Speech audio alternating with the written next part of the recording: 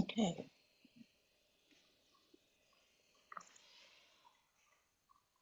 Well, welcome again, and thank you again for inviting me to do this. Um,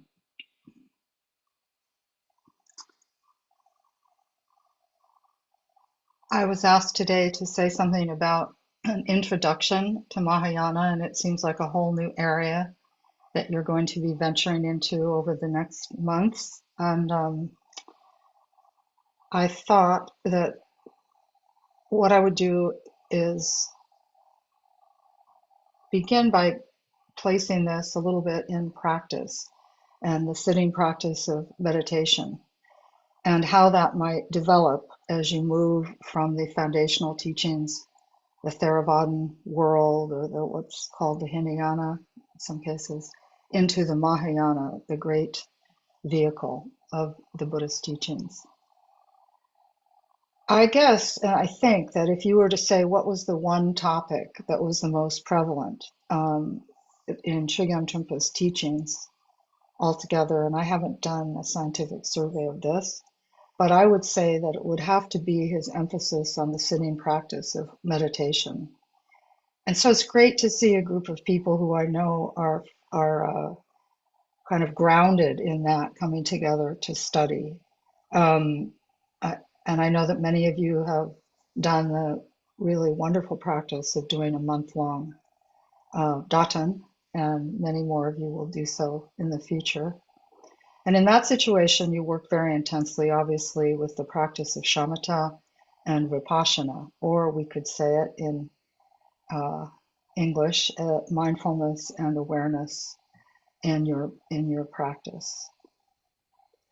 So I think one of the, and you've been studying all of this, you probably know right now a lot more about it than I do, but I'm going to just say a few things about that transition, or that melding, bringing together of the shamatha teachings of mindfulness and that practice with vipassana, and I'm kind of moving my hands out because it's a bigger space that you begin to experience and inhabit. And when those are combined, that's a big world. You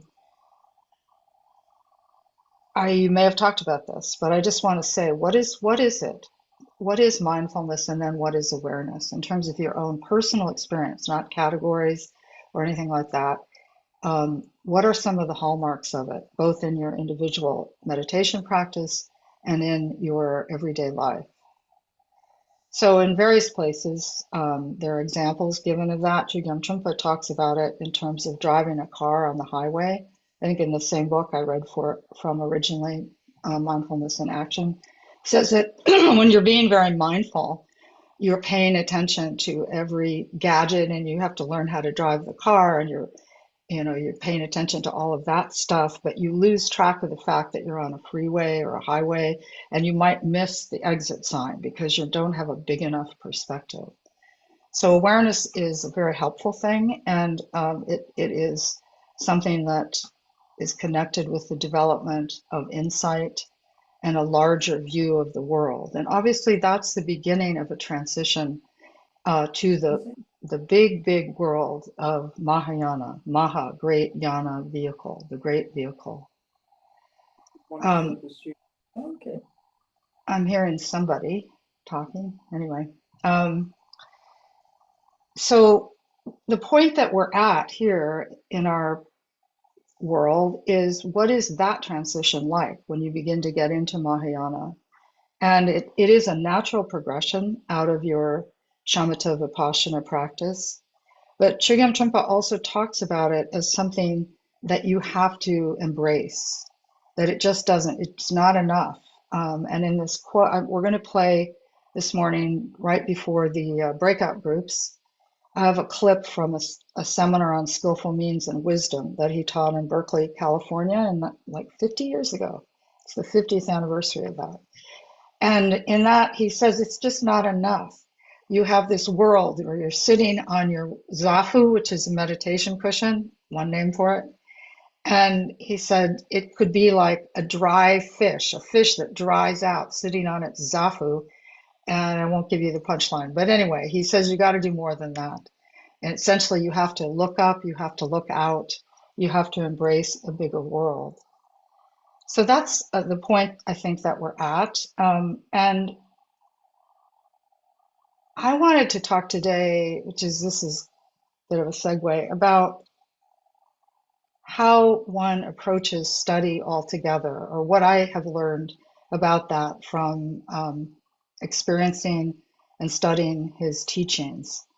So I want to talk about that next and come back more to the whole Mahayana thing. But I've been working on a book, editing a book of Chogyam Trungpa's teachings on his relationship with his teacher, Jamgon Khyentse Shechen, for like too many years. It should have been done a long time ago, but so many things have intervened. I think I'm going to finish editing it this summer.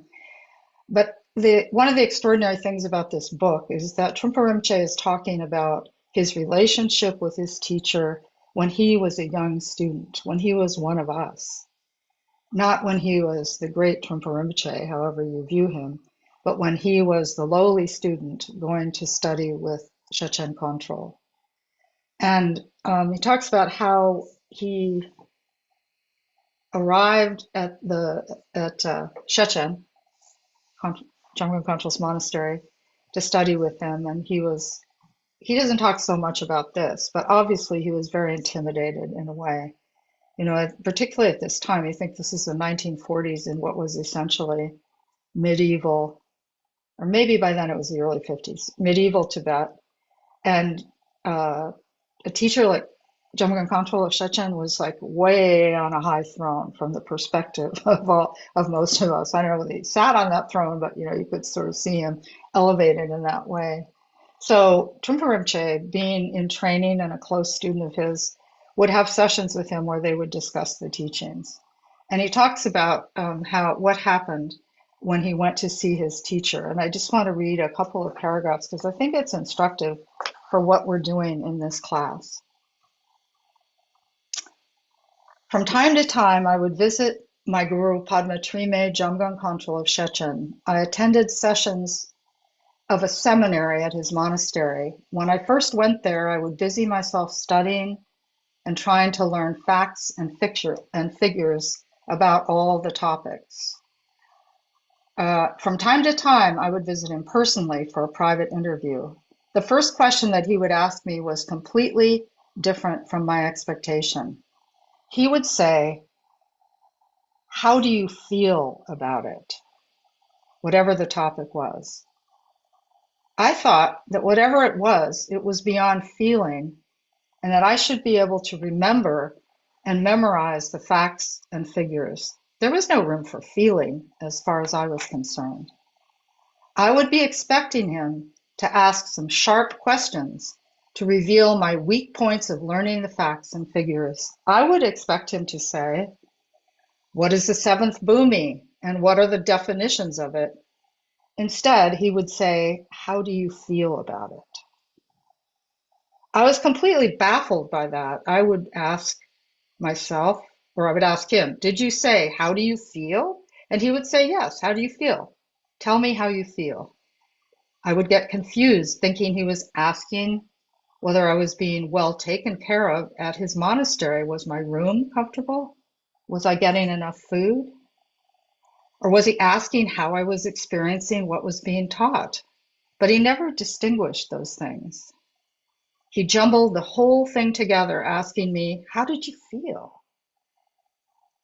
It didn't matter whether it was my living situation or what I was learning. It was the same thing to him. I found it very difficult to answer those questions. Very difficult. Out of politeness, I would say, "Oh, everything is okay." But then I wouldn't know exactly what more to say. I thought I should actually give him something more specific. Otherwise, I might be being deceptive or tricking him with my cunningness. I was afraid that I had tricked him. So I hoped he would investigate further and ask me more penetrating questions. But he never did.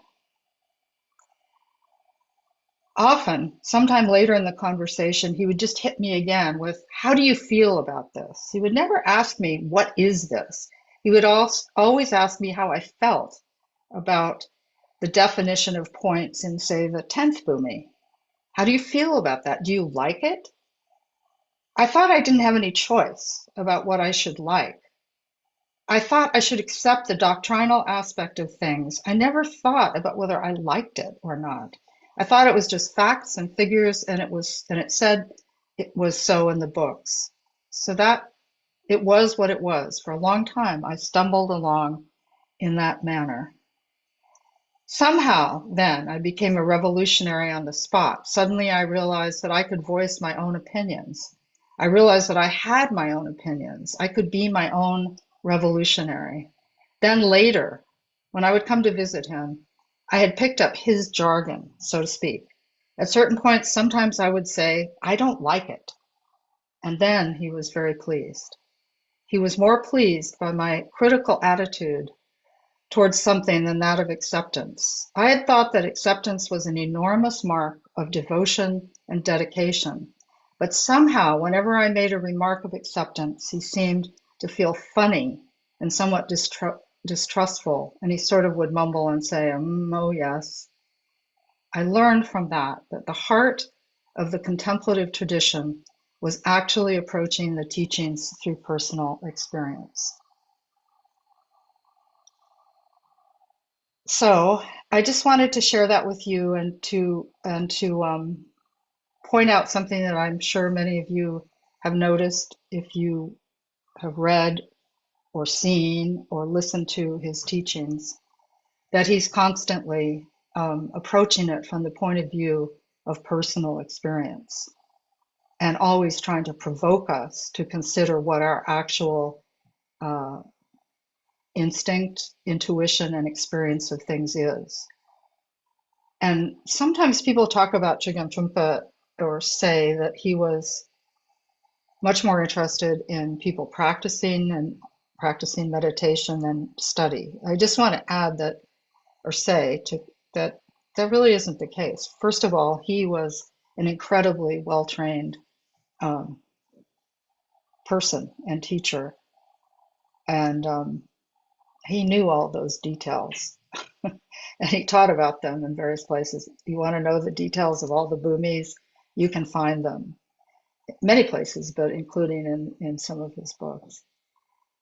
But and he thought it was incredibly important for people to bring together their study and practice. But I just want to emphasize, especially as we go into Mahayana, that this becomes the personal aspect of it and taking it into ourselves becomes more and more important. There's a was one of the readings that you had on from Glimpses of the Profound in the seminar on Glimpses of Mahayana called the Golden Buddha, and in that situation, in that talk, one of the things he talks about briefly is the idea of the lion's roar, and one of the things I was thinking about in preparing for this is that we think about the lion's roar as being connected with the fearless proclamation of Buddha's teachings, which it is. But it is also, in a sense, connected with this idea of being able to say how we feel, whether we like or dislike, or how we internalize something.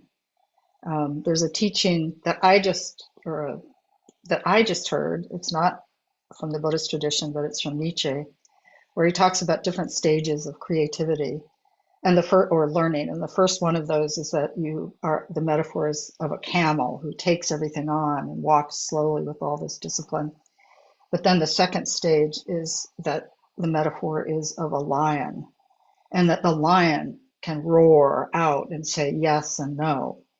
And I think that's part of what he's pointing to in this story with his own teacher, and part of what we have to begin to work with. Because the other part of this is that the Mahayana is about really feeling more and more that we're working with wisdom that comes from within, which in the Mahayana is talked about as Buddha nature. It's also talked about as bodhicitta and transplanting this heart of wakefulness and bodhi into us. So that's an incredibly personal thing, although it's also the essence of egolessness. So that combination is part of what the journey that we are starting to take, or you are starting to take. I don't know if I'll be back for more of these classes, but it looks like a really rich and wonderful journey that you're on. Another aspect of this that I wanted to point to briefly before we hear this clip was the contrast in one of the readings you had. It's from a book called Cynicism and Magic. I won't talk about how that book was edited, but this is interesting. And it's called The Narrow Path versus the Open Way, I think is the name of the chapter. And I love the one analogy that he refers to, which is common, I think, in the Buddhist teachings, which is that at the beginning of your journey, when you're studying and practicing in the Hinayana, that you have this experience of you think you're dealing with this big body of water, which is the teachings. And as you begin to enter the Mahayana, you realize that that big body of water you thought you were trying to understand is just the water in an elephant's footprint. And that you haven't seen the ocean yet. And that's what this next part of the journey is the Maha, the real Maha that you begin to experience. Yeah. So I have a few notes. I'm just going to see what else I might want to say before we move on. Oh yeah. So another big topic, which will come up in these clips that I want to play today, big topic in the Mahayana is heroism. And I'm sure it comes up in when you're studying the teachings of an arhat, whatever. But in the Mahayana, we associate that heroism with the bodhisattva. So we have bodhicitta, which is the mind or the heart of bodhi or wakefulness, and then you have bodhisattva, which is the being or the being of wakefulness.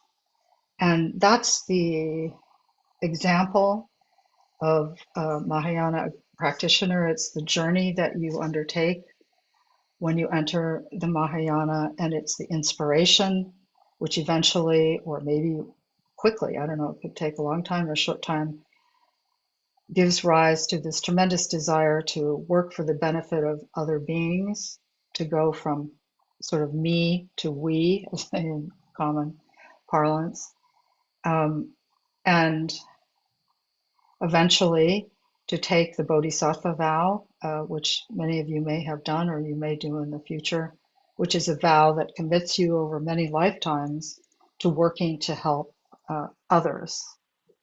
So that's the kind of heroism, really huge level of heroism that is part of the Buddhist path.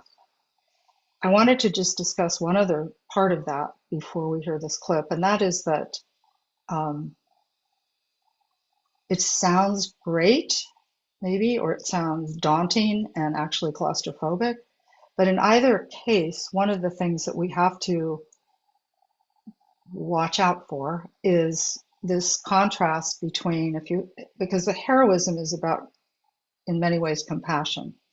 And we tend to think that there is the compassioner, the person who is extending the compassion, and the compassionee, who is the recipient of the compassion. But that is kind of a false dichotomy. And also, it gets in the way of actually communicating with other people, and it gets in the way of our own journey if we think of the help that we're going to give people as something that we are giving to them, or if we feel that they are giving something to us. That's maybe not quite as problematic, but when it sets up this barrier between human beings or situations, then it really almost defeats the idea of compassion. And last night I went to a concert, which was a string quartet of one of Beethoven's late quartets.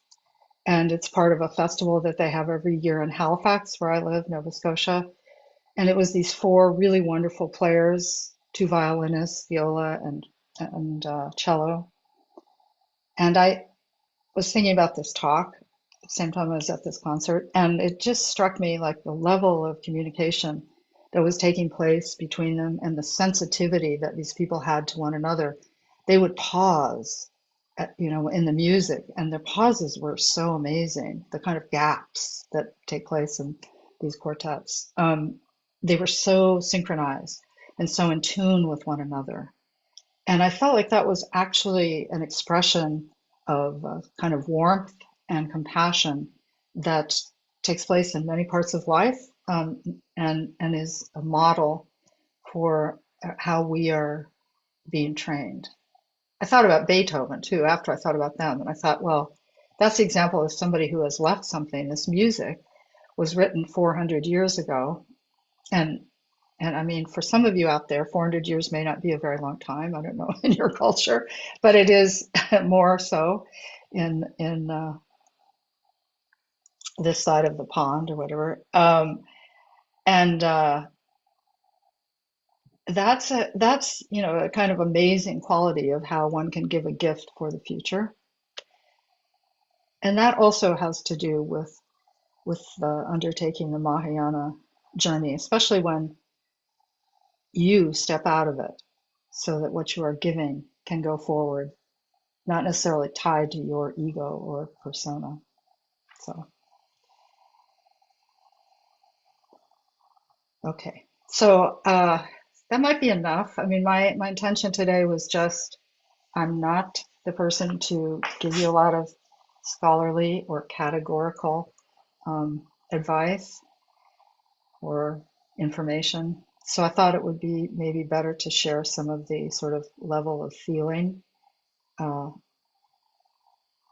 and I wanted to share two clips from a talk on entering Mahayana that was given in 1976 in Berkeley, California, and Trungpa Rinpoche spent a month there, and it coincided with a whole bunch of things. One was that he had agreed to teach this seminar, which is on video. It's one of the very, very few videos that we have in the digital library that took place outside of Karma or Boulder or one of the seminaries. It was like in what we called then the Dharmadatus, one of those centers, a city center. And it was a 3-yana journey, and it was like 20 talks, something like that. Also, it coincided with the first visit of Venerable Dilgo Khyentse Rinpoche, who many of you would know about, and some of you may have met. And it was an extraordinary time from that point of view as well. It also coincided with the first time, certainly in California, it was just coming in, the Shambhala teachings, or the whole approach, Shambhala approach, was just starting to happen. And so Trungpa Rinpoche's household, his personal household, had gone from being pretty casual to now, for the first time, being pretty formal. And he sent people in advance. He sent an advance crew to check on where he was going to be staying. And the people in the Dharmadhatu, or the center, had rented a house, very nice house, in the Berkeley Hills, but it was like, I don't know, late hippie was the decorating decorating style. So that just wasn't going to cut it. And so for the first like 10 days before uh, Trungpa Rinpoche arrived, a lot of time went into a complete redo, taking furniture out of the house, bringing in rented furniture, borrowing things, borrowing dishes so you could have nice dinners, all kinds of things like that. So you're not going to see any of that in these clips, but for me, when I see this seminar, it's one of the ones that I was living there at the time, and I actually was married to the cook, to Trungpa Rinpoche's cook. So I was living in his household, and I had a kind of very personal experience of the whole thing. So the first talk is from an earlier, the first clip is from an earlier part of the talk. And after that, we'll go into breakout rooms and then come back for a discussion. So thank you.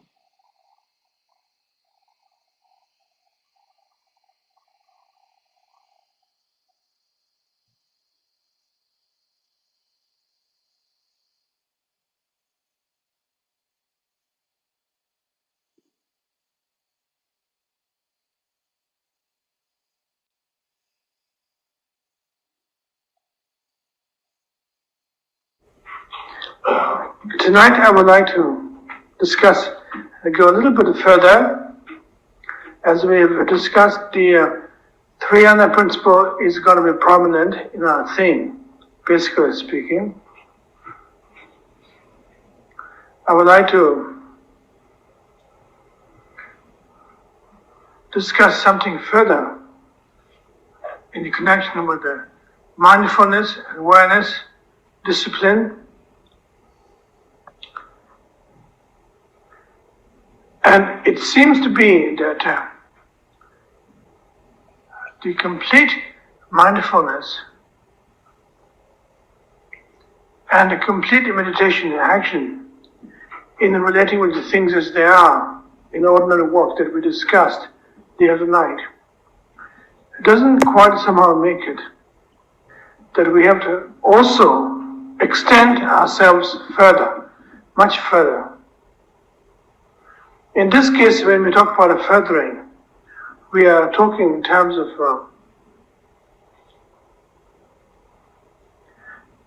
the notion of heroism, notion of extending ourselves. In some cases, we are not quite necessarily ready for it, but nevertheless, we could do so. Some kind of extension is absolutely necessary. At that point, that we get our gaze shifted into a second from the first, which is known as the Mahayana's approach to skillful means and wisdom.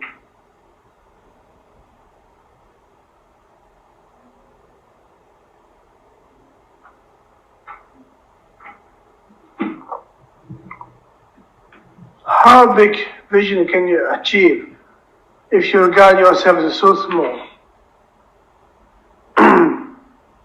How ostentatious can you be if you regard it as so little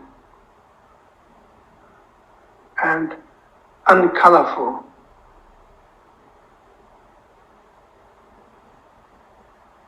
That seems to be the basic point that we have to study, actually, fundamentally, completely.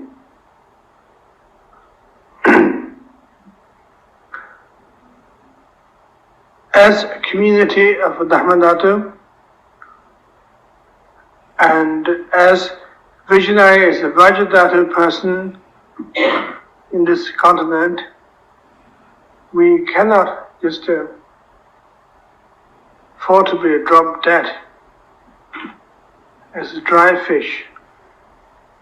We're still sitting on a zafu and finally perishing. Purely your set lot and your dried lot. And you might find little dust, pile of dust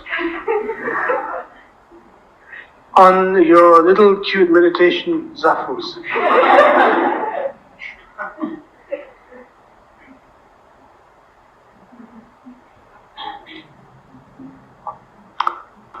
People found this approach, the opposite approach, dissolving into dust, expansive approach is very claustrophobic, very threatening, absolutely threatening. Don't like it. Don't want to be fat and big and ostentatious. Or, for that matter, don't want to be thin and glamorous, ostentatious, what have you. The interesting point here is the Mahayana's approach first, that our practice is not simply based on the dissolving what we have and make it that is heroism. But our approach is more on the basis of that we could be actually big and extraordinary and colorful and powerful at the same time, that we could share the Buddhas of the 10 directions and the millions, the trillions of the Buddha's vision at once when you sit on the zafu. We could share that vision. We could be one of those people who did it, and we could do so on the spot.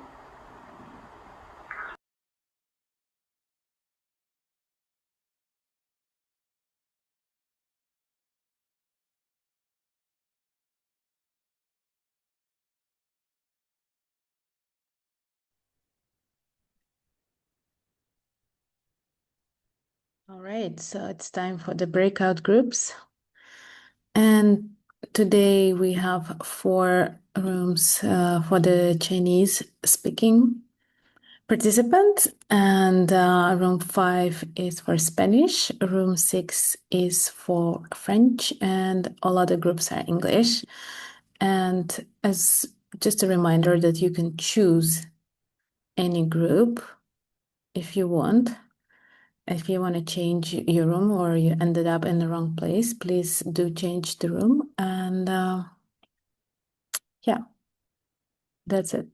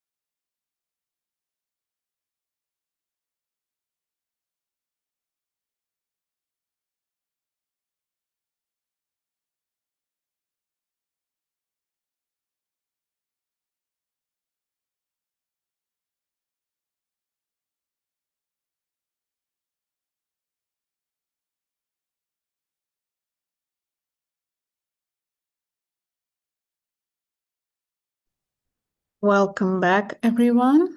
Get your questions ready for the Q&A. And welcome back, Carolyn. I think we have first question. Oh, maybe it's not a question, it's a technical complaint. So we're gonna ignore that, obviously. There is a question from Hugo. So Hugo, I'll make you a co-host and spotlight you now. Hello, can you hear me? Well, I think so. Thank you for the teachings. I have, I guess, two short questions. The first one is about a section where he says that Buddha nature is free from karma. I don't know how to take this exactly because if we understand Buddha nature in terms of our psychological makeup, let's say the five aggregates, how can something be free from something else if you understand it in terms of that other thing, right? Let's say, how can Buddha nature be free from karma if we understand Buddha nature in terms of karma? I guess that's the first question, or maybe more generally, how to understand this sentence. And the second one is his description of Buddha nature almost sounds like restlessness, which is like a defilement, right? So how can you differentiate these two things? Okay, thank you. Those are the...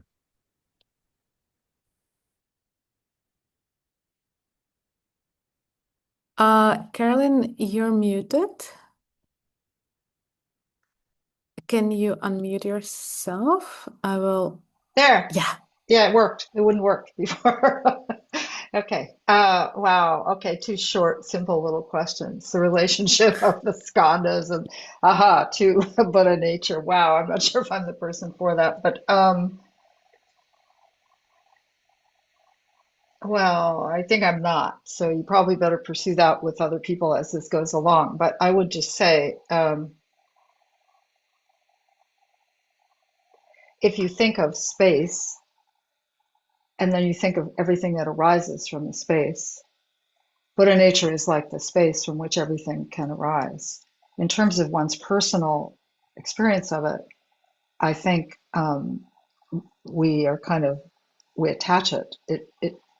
Things come out of us or come out of the space, and then karma follows from that. But in and of itself, it is not touched by that. I'm not sure that's a good answer, but I think it is a debate. I think somewhat in different Buddhist schools, for example, whether the Buddha has or had karma, and if so, what that was, what that meant, or whether it's completely free from karma. I think this is sort of the same question. Yeah. And wait, the second question was, Okay, sorry. The second question yeah. was about the description of Buddha Oh yeah. nature Oh of yeah. red. Yeah. It's actually a great thing that he does.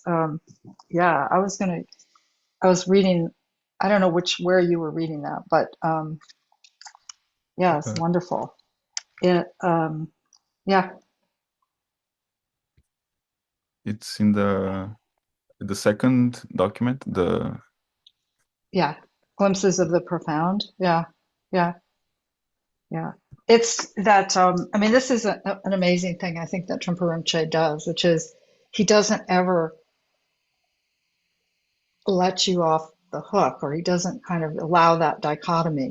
Of course, restlessness, all these things are issues, the truth of suffering, all that, but he's basically saying they are all actually the reflection or the embodiment of Buddha nature at the same time. You can't reject them. That's essentially what I think is the importance of it. You have to include them, and you have to understand that they're part of, as he said other places, if you don't have obstacles, if you don't have um, challenges and problems, then you have no path. thank you. Yeah.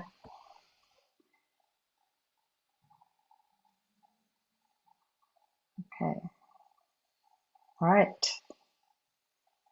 Hello. Hi, Carolyn. Hi, I Thanks know. for, thanks for your wonderful teaching. I was very lucky to be in the same room with you, but I didn't get a chance to ask any questions because all the sharing was wonderful. But now I can ask my question.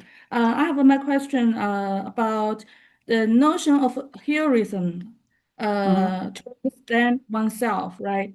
And even though as Trungpa Rinpoche said, like even though if you are not completely ready, but you still need to go for it and try to just do it, Mm-hmm. and learn from your feedback and learn from your mistake. Then you can grow gradually, grow, right?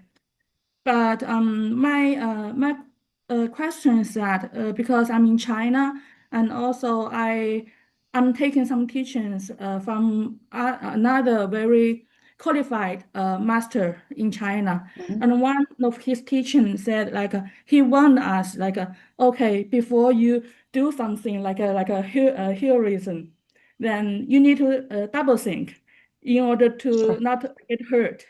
So I'm really confused because by my Right. experience that if I'm brave and a little bold to do the things I want to do to Mm-hmm. practice to really exercise the Mm-hmm. bodhicitta, although I get some like a negative feedback, but I can really learn from the things and eventually I feel, oh my God, that's wonderful. I make a step further. That's my experience. Mm-hmm. And so if I do the double think before I take any action, then I think that could create some like obstacle for me from keep me from learning more and grow me more. Mm-hmm. But Okay. I also have very much respect to this master in China, and I have very much trust in his teaching. I believe he said this out of his compassion and wisdom Sure. to the all sentient beings. But would you comment on that a little bit? So, how should we balance this skill Yeah. for me? Yeah. Uh, well, I was not there in that situation, but this quote that the other clip that we're going to play at the end of this period has talks about the Jataka tales and the story of when the Buddha sacrificed himself for a hungry tigress in order to keep her from having to eat her cubs and stuff. And so he gave his body in a previous life. And then he goes on, he basically says, we're not talking about that for you guys, kind of. So it's like the level of heroism has to do with what you can actually handle, right? That's very important. That's the skillful means part of it also. So it has to be you have to take into account where you are and not like it. Being spontaneous is one thing, being reckless is another, and it usually doesn't work out. But it sounds like someone teacher who you're working with is also um, offering kindness and a way, there's also the question of working on the path with some mindfulness and awareness. So you take it step by step. And of course, Mm, Trungpa Rinpoche talks a lot about leaping, but you have to, I don't know, it's kind of, you maybe wait until the leap comes to you.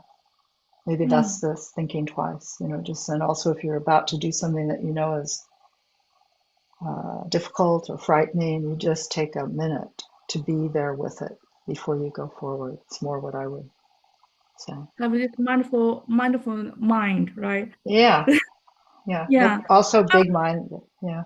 Yeah, I was just thinking that if we even don't try to do it, how do we know the limit of ourselves? So in that way, I feel like I'm more kind of like on the braver side to at least Hmm. try something out. Then if I get feedback, I don't think that will kill me, you know. But yeah, I have to pay some Mm. pay the expense and but Yeah. Well, maybe. there's no formulas. You have to, Yeah. it's an individual. Yeah, for sure. I remember from Trungpa Rinpoche's teaching one, he always says like just try to push yourself a little bit hard. Maybe that's what you call the leap, make the leap, Hmm. right? Yeah. Yeah. Yeah. Okay, thank you. Yeah. Also, I want to thank you for doing the captioning in Chinese for the clips today. Thank you very much. On my honor. Yeah. Thank you. Yeah. We have one question from the chat. Also on the same topic of the heroism, how do we know what we have is the heroism attitude, or we're just being too proud?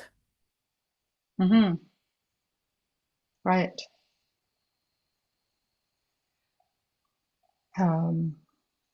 I think one aspect of that is maybe comes from studying the examples of people who are truly heroic. So Shakyamuni Buddha would not be a bad place to start. And so in that situation, you can see that bravery was definitely there. I mean, unwillingness to give up on anything or anyone. The story of the night of the Buddha's enlightenment, or before he became enlightened, he faced all kinds of extreme obstacles, and the expression of his heroism and bravery was certainly, in his case, it was, I'm sure, radiant, but not pride in the negative sense. I think if you find individuals in your life, not only within the Buddhist teachings, but in other places, those people who are truly heroic are often,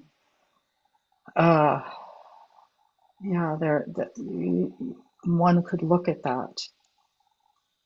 And also, I think when you start to get overly puffed up, often it's like you get a message from above, like heaven or whatever you call it, that kind of pushes you down. And on the other hand, if you're being too cowardly or timid, you might get a message from below that pushes you up. So paying attention to the feedback. Yeah. Thank you. There is another question from Anya. Do you know what might have been the Tibetan word Jamgon Kongtrul used when he was asking about how Chogyam Trungpa Rinpoche feels? Oh, it's a great question, and it'll become a footnote. Yeah, I'll try to find out. He said this in English, but I will go to not fellow, but I will go to the translators who I know and see it'd be interesting to see what they might imagine he would have said. Yeah, because it is really an interesting choice. Yeah, yeah. Julia is asking very interesting question, and I was wondering, Julia, if you want to ask it yourself, because it's quite well said. Why don't you just go ahead and ask it? But if you don't want, then I will just read it. What to do about discouragement? The clarity of fact of being cocooned and so habituated, contrasted with the enormity of the resources of the path and the challenge of true service. I can sometimes feel daunted and cowed and discouraged. The project of Mahayana is so magnificent and my limitations are so heavy, it can feel overwhelming. Yeah.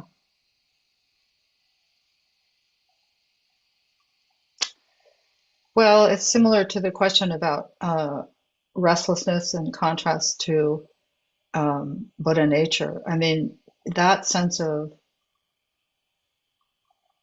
almost you could call it depression or discouragement or disappointment, that's where you start. And it's important to recognize that and relate to that. And sometimes it's good to sit with that. You don't have to always feel that you're pushing yourself out, but sometimes it's just enough. And the most courageous thing you can do is to be with that sadness or difficulty that you feel. Not to worry about the great things. that are out there, but just be with your own situation. And that's pretty brave. Yeah.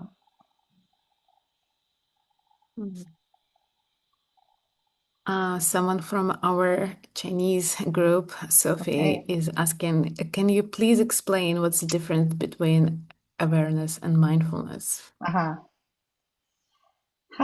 Well, there's like books and books written about that, about all the differences. But all right,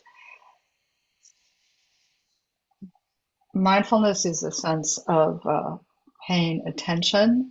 It's a sense of being with the situation and having a sense of concentration and focus to some degree. And also, it can include, especially in meditation practice, a quality of being and feeling. Sometimes we use the word centered. I don't know about that, but within yourself.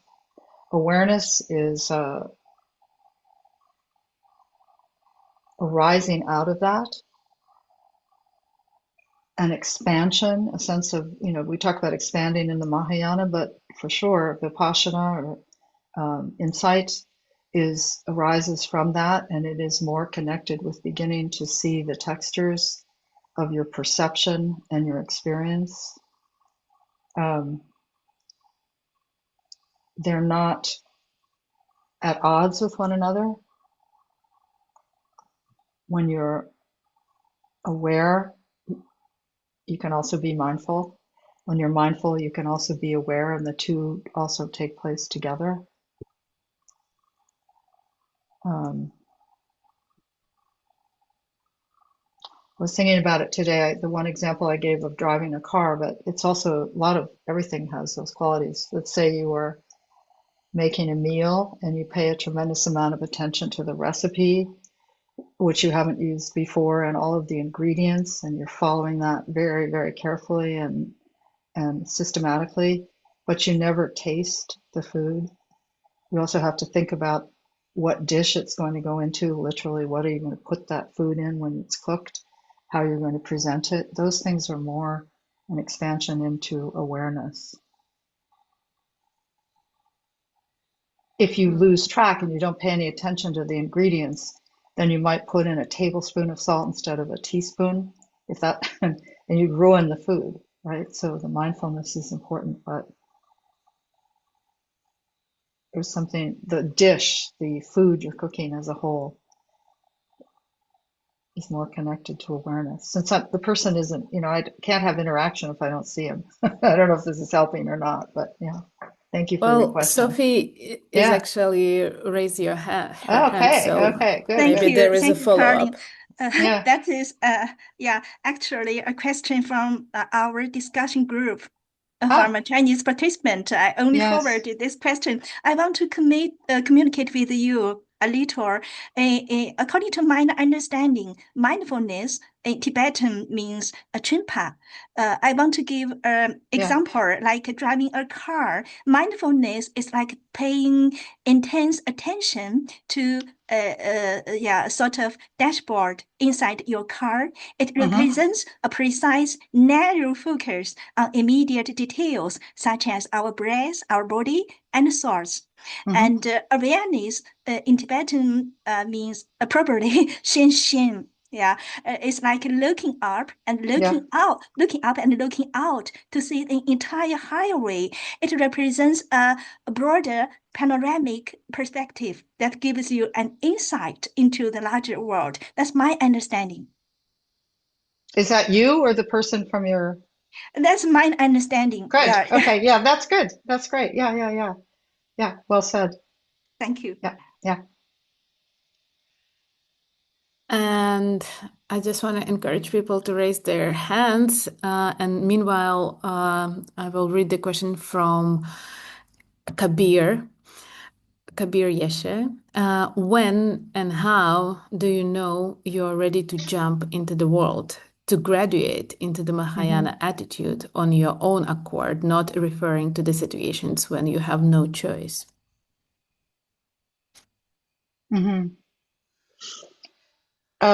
Well, that's the big dilemma, isn't it? Or the big question. I think sometimes the analogy, if we look at the analogy that Trungpa Rinpoche used in the clip that we heard, when you start to feel the kind, like you're the dried fish on your meditation cushion, you start to feel that you're not, there's no moisture, you've lost, that you need to, and then you realize you need to expand, you need to hydrate. So that's an indication. You feel stuck and you feel small. And if you're happy being small, you might stay there for quite a long time, but eventually it doesn't, you're missing the rest of the world. You're missing your fellow humans. So I think it's something like that.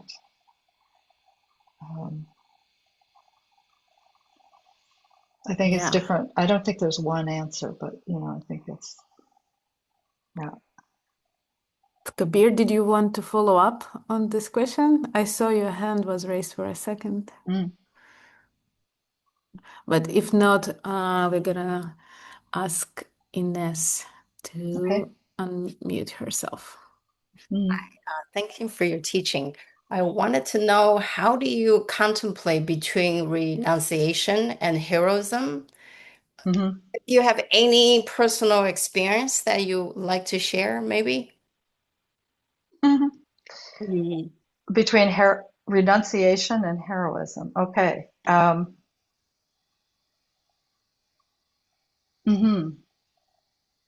Well, I think I would say it's a little tricky because,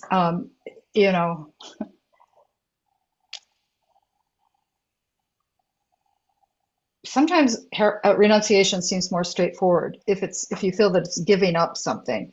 Trungpa Rinpoche often says that renunciation is fundamentally giving up privacy. So, which I think is actually a very Mahayana interpretation, as opposed to giving up cigarettes or whatever it is, alcohol or sleeping in, So I think that his way he presents it is often pretty much leaning into heroism. In my own life, I guess, I don't have like a story, but I mean, I would say that it's easier, to completely give something up. It's harder to know when you should take a chance. And partly it's also when you see or you begin to feel, first of all, some warmth of making friends with yourself, but then beginning to feel that for others. And so when you see that other people are really in need and they're suffering and they could use a lot of help, then you don't know whether you're doing the right thing. I mean, I think you don't know, like, I don't know. The story that comes to mind for me is that a long time ago, before when I lived in Boulder, Colorado, which was about 40 years ago, I remember that my husband and I went up into the mountains to visit a friend of ours who was somebody we'd known years ago in California, and he was still living in the hippie lifestyle, and he smoked a lot of dope. And I mean, he lived with it. And we hadn't seen him in probably, I don't know, maybe 5 or 10 years. And we went to visit him, and we didn't smoke dope. We had had that experience, but we were no longer interested in it all that much. And we both, without even saying anything, he offered us, he wanted us to smoke a joint with him. And I think we both felt like, yeah, we have to do this with Bob. We really have to do this, or we'll be, so we did that. And then he was way up this winding road in the mountains. So we had to be really careful when we drove down and all that. But anyway, I don't know if that was the right thing to do or not, but it felt like we had to extend ourselves in some way. Yeah. Okay, I understand. Okay. Thank you. Yeah. Okay. It's a very nice example of being heroic. I'm not sure it was, but yeah. Barbara, I will add spotlight. Thank you, Carolyn, for your sharing and and all that you've done to bring these teachings to us. I wanted to ask about the article on self and selfless. Okay. And the question that came up for me is if we all have Buddha nature and we arise from that Buddha nature as a result of ignorance, the self develops. What causes us to choose Ignorance? to leave? Yes. Yeah. What is that trigger that causes us to leave Buddha nature? If that makes sense. Yeah, well, I don't know if I can answer that. It reminds me of something that Trungpa Rinpoche says. I'm pretty sure it's in the book of his, The Future is Open, which is all about karma. And he says it's a mistake. It's like you make this mistake. It's like when the first skandha happens. It's like, and he said, you make it and then the whole thing happens. And he said, and when you unmake it, you will never make that mistake again. But he doesn't really say exactly what it is. I mean, it's ignorance, obviously, but yeah. So Samantabhadra didn't make that mistake, and Mm. he realized it at the moment, and so he came and was fully enlightened. But we made a mistake. Wow. Okay. I don't know whether I can answer that. I mean, being primordially, sure. I mean, there is such a thing as primordial enlightenment, but yeah, there's also kind of primordial ignorance. So, yeah.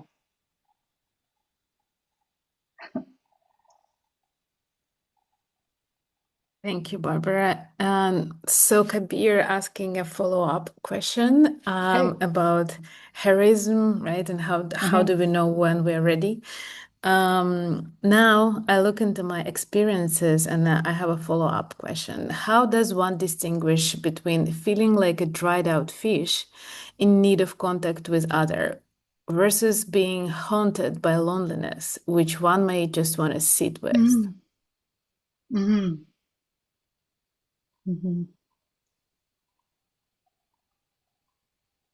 I think the dried out fish, really, the ultimate dried out fish doesn't even feel lonely, unfortunately, but when it starts to feel lonely, that's actually great. Yeah.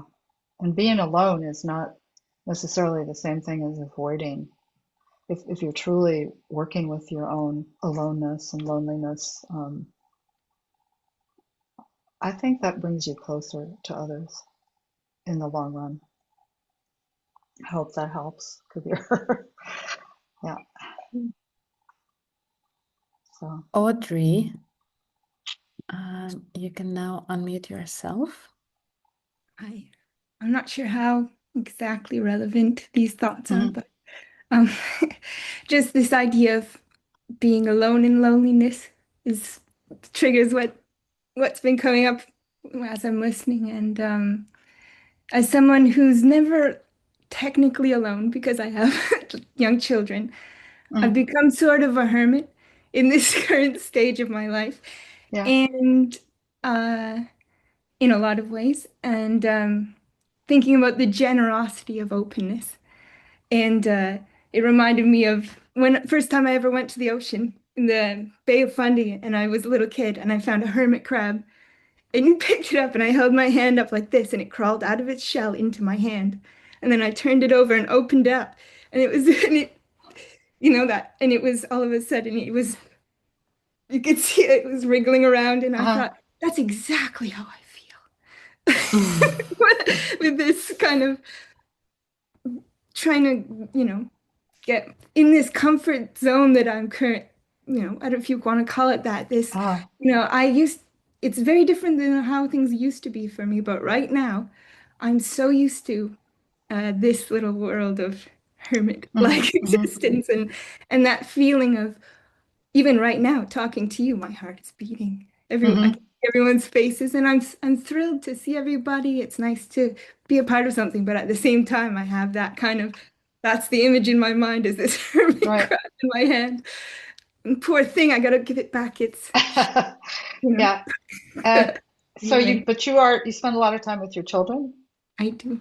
Yeah. Yeah. Well, they're humans too. So it's not, I mean, I know that it can be really intense and difficult. So, but yeah, and I bet that kind of lifestyle, which as parents, many of us experience for a period of time, it solves itself in the sense that they grow up and then your little cocoon just, there's a whole other stage. I'm not saying that you don't want to. Yes, you should, if you're comfortable with it, fine. On the other hand, yeah, there's a big world out there, and I'm sure you're going to experience a lot more of it. Yeah. Yeah. I just thought it was an interesting feeling, the idea of speaking, being seen and being heard. That Yeah. and this all this talk about the the connection. Yes. And that's my reaction. I thought it was interesting. Yeah. Are you from Nova Scotia? I'm in Petite Rivière at the moment. Oh, okay. All right. Oh, sure. Nice to meet you. Nice to meet you. Mm-hmm. Well, we do have another clip to share, but Yeah. maybe we'll take one more question because it's Okay. been voted for by other participants. So I guess it's Okay. not maybe directly related to the topic of our discussion, but it's a question to you as an editor of so many Trungpa Rinpoche's books. If you could only pick one of his work to read or talk or to listen to, which would you choose?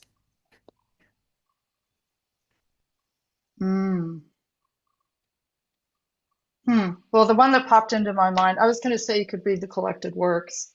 It's 10 volumes, That's but it's smart. one thing. But the other thing would be there's a talk called The Fourth Moment, and it appears in a couple of books that I edited because it's such an amazing talk. And it's on the Chogyam Trungpa Digital Library Network. You can access it. It was part of a seminar originally called The Tibetan Buddhist Path. And I think it's an amazing talk. There are so many of them, though, but this is an amazing talk. And it's relevant because it is about the transition to Vipassana and also the experience of the fourth moment, which is a kind of more Vajrayana topic. Yeah. Thank you. All right. Okay. Are we ready to start Yeah. sharing? I just want to say, yes. Yeah, I just want to say that this last clip, I already said it to, I think I know whoever, that in the Jataka tales, this is a really intense story about the Buddha giving his life, and Trungpa Rinpoche uses it here as an example of heroism. But I know, because I've seen him do this with other topics, he would say, "Don't try this at home." In other words, you have to be a great bodhisattva to be able to do something like this, like give your life literally in this way. So with that said, it's also a great inspiration, and it's been wonderful to be with you guys. Do we come back after the clip, or is this it? Yeah, okay. yeah. All right. Good. Okay.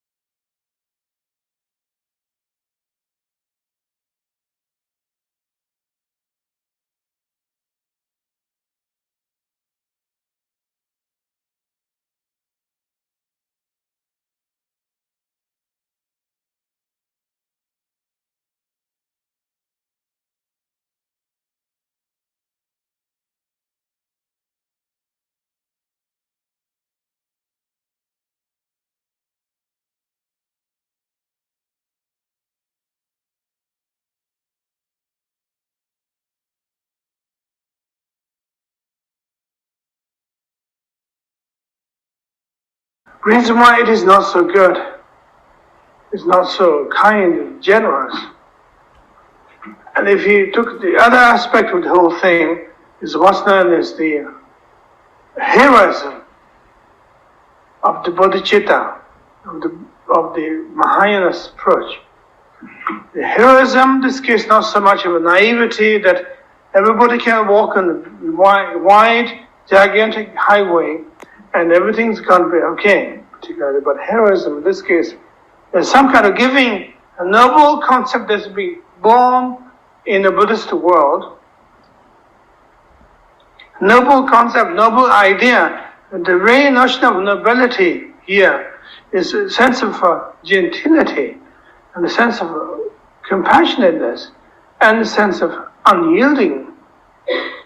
That you don't yield to obstacles, you be generous because there are a lot of possibilities in human life. You're noble because you are so much in tune with ultimate subtleties and refinements of human mentality altogether.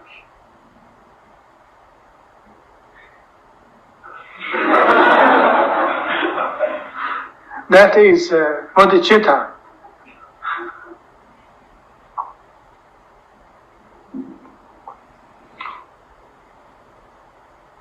Heroism is very powerful, absolutely necessary in order to go further. We can't go further, there's no heroism. According to the Jataka tales of Buddha, Buddha was a great hero and he gave his body to pregnant, hungry tigress. He hung his clothes on a tree and he killed himself and displayed himself in front of the tigress and fed baby tigers out of that, baby cubs out of that, tatuks out of that.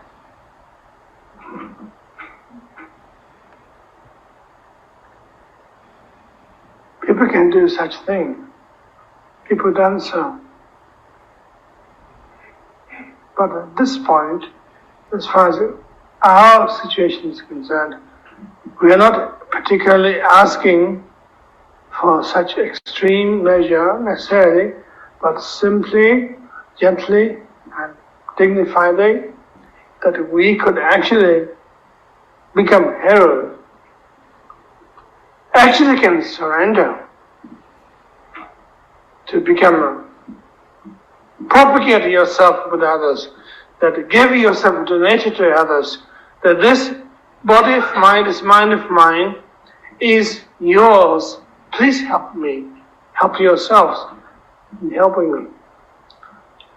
I am yours, completely. If you don't have that notion of a particular general feeling that your skin is stretched, your body is stretched in the whole kingdom of Mahayanas, the vision, then you couldn't become a king.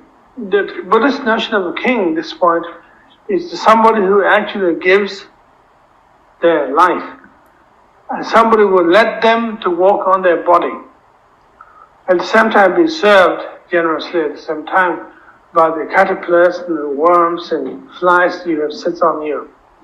And everybody walks on you, sits on you, breathes on you, and keep on coming back and back and back to you. But nevertheless, huge gigantic kingdom based on this kind of existence of such bodhisattva-like person.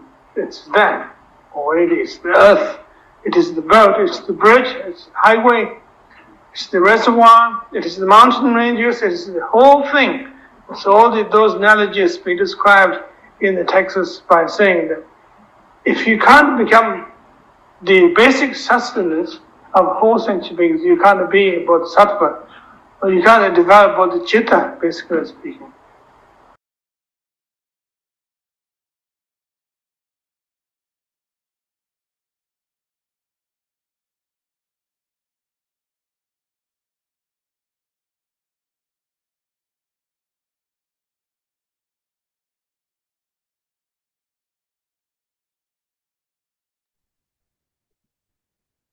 Thank you. All right.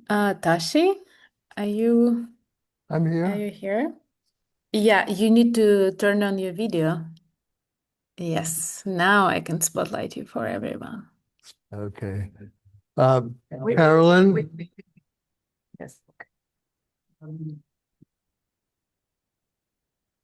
thank Tashi? you, Carolyn, for feeding your incredible understanding and experience to us hungry tigers.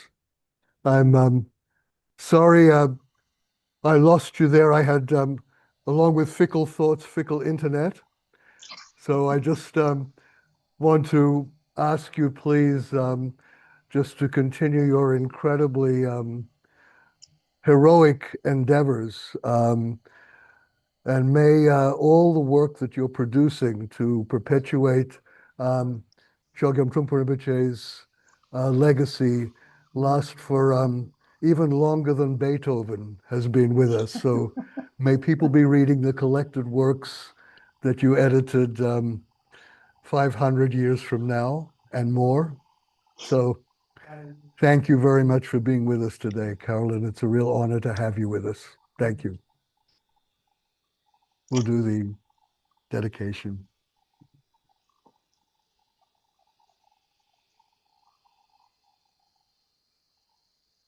Who's leading it? Is that me? Carolyn, we would like to request you to lead us. Okay. By this merit, may all attain omniscience, may it defeat the enemy, wrongdoing, from the stormy waves of birth, old age, sickness, and death, from the ocean of samsara, may all beings be free. As long as space remains, as long as the world remains, may I too remain to alleviate the sufferings of the world. Thank you so much. And I will now unmute everyone for our favorite part of this class to say goodbye and thank you to Carolyn. Thank you, Carolyn. Thank you, Carolyn. Thank you so much. Thank you very Thank you, much. Carolyn. Thank you. Thank you so much. Bye. Bye. See you all. Muchas See you. Thank Thank you. you. Thank you. Bye. Thank Thank Thank you, you. Carolyn. Fantastic Yes. class. Thank you, Caroline. Very great.